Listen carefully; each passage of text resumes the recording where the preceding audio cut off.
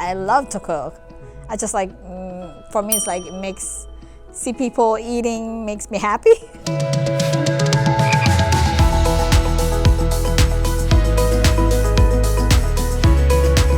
Schedule we have in our full-time job is complicated.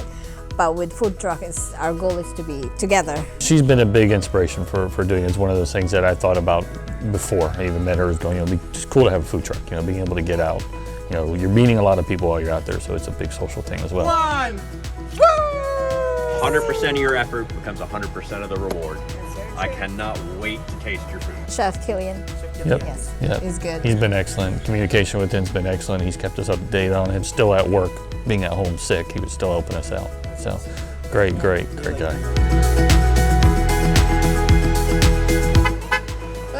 Bye, Shadow. If you put your mind to doing something, just do it.